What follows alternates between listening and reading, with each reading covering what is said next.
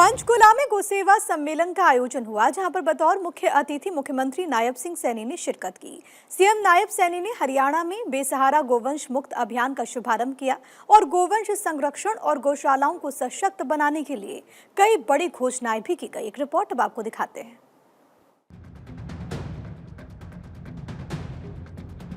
हरियाणा के मुख्यमंत्री नायब सिंह सैनी ने पंचकुला में आयोजित गौसेवा सम्मेलन में बतौर मुख्य अतिथि शिरकत की।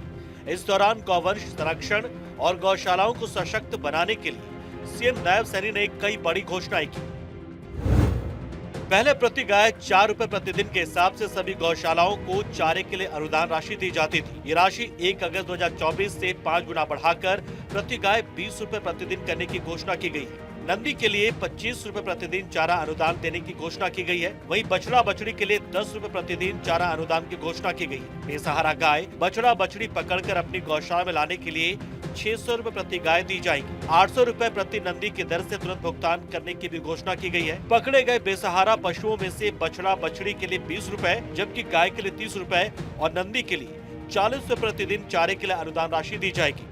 मुख्यमंत्री नायब सिंह सैनी ने घोषणा करते हुए कहा कि ग्राम श्यामलात भूमि हरियाणा संशोधन नियम 2023 के तहत अब सरकार की मंजूरी के बाद कोई भी पंचायत अपनी पंचायती भूमि गौशाला की स्थापना के लिए 20 सालों के पट्टे पर किसी संस्थान को दे सकती है। इस नियम के तहत अब तक 2 गौशालाओं को पंचायती भूमि पट्टे पर मिली, जिसमें नूह की ग्राम पंचायत हसनपुर और रंगला शामिल है।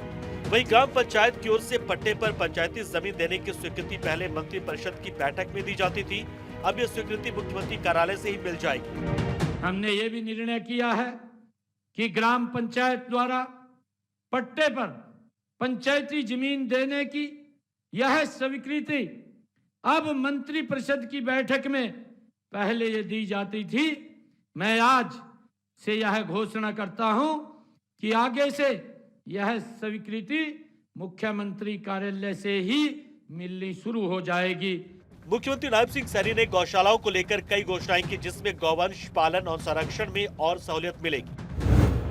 नई गौशाला के लिए जमीन खरीदने पर कोई स्टाम्प ड्यूटी नहीं देना होगा। नई गौशाला के लिए सीएलयू ईडीसी किसी भी फीस की जरूरत नहीं पड़ेगी। गौशाला में एक ट्यूबवेल लगवाने के लिए कोई अनुमति आवश्यक नहीं रहेगी। 1000 गायों वाली गौशाला के लिए एक ई रिक्शा भी दिया जाएगा। इससे अधिक गायों वाली गौशालाओं के लिए भी ऐलान किया गया है। ऐसी गौशालाओं को 2 ई रिक्शा खरीदने के लिए 1.25 लाख रुपए प्रति ई रिक्शा दिए जाएंगे। हरियाणा में पंजीकृत 675 गौशालाओं में से 331 गौशालाओं में सौर ऊर्जा प्लांट स्थापित किया गया है। 344 गौशालाओं में सौर ऊर्जा प्लांट स्थापित करने की घोषणा की गई। सौर ऊर्जा प्लांट के लिए गौसेवा आयोग की तरफ से 5% अनुदान दिया जाएगा। हरियाणा की तरफ से 85% अनुदान दिया जाएगा। प्रदेश में कुल 675 पंजीकृत हमारी गौशालाएं हैं। इनमें से 331 गौशालाएं ऐसी हैं जहां पर सौर ऊर्जा प्लांट स्थापित किए जा चुके हैं।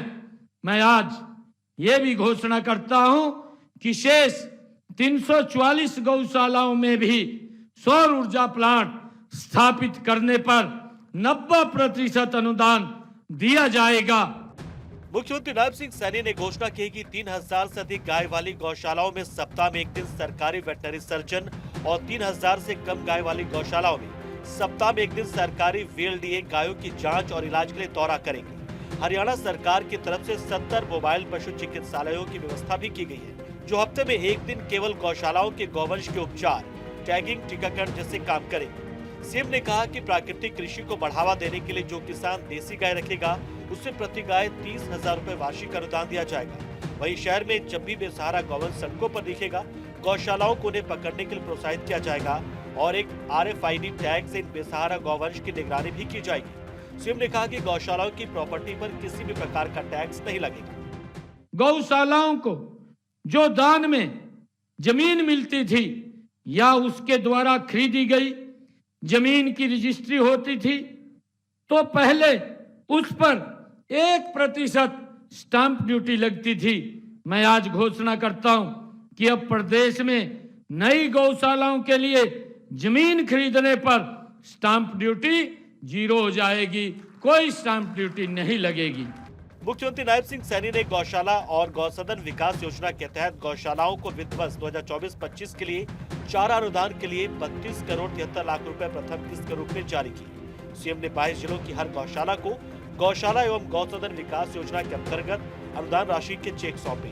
वहीं सीएम नायब सैनी ने सभी गौ सेवकों से आह्वान किया कि सब एकजुट होकर बेसहारा गौवंश को गौशालाओं में लाने का काम करें और प्रदेश को बेसहारा गौवंश मुक्त प्रदेश बनाने में अपना योगदान दें। भारत 24 के लिए चंडीगढ़ से डॉक्टर थानेश्वर शर्मा की रिपोर्ट।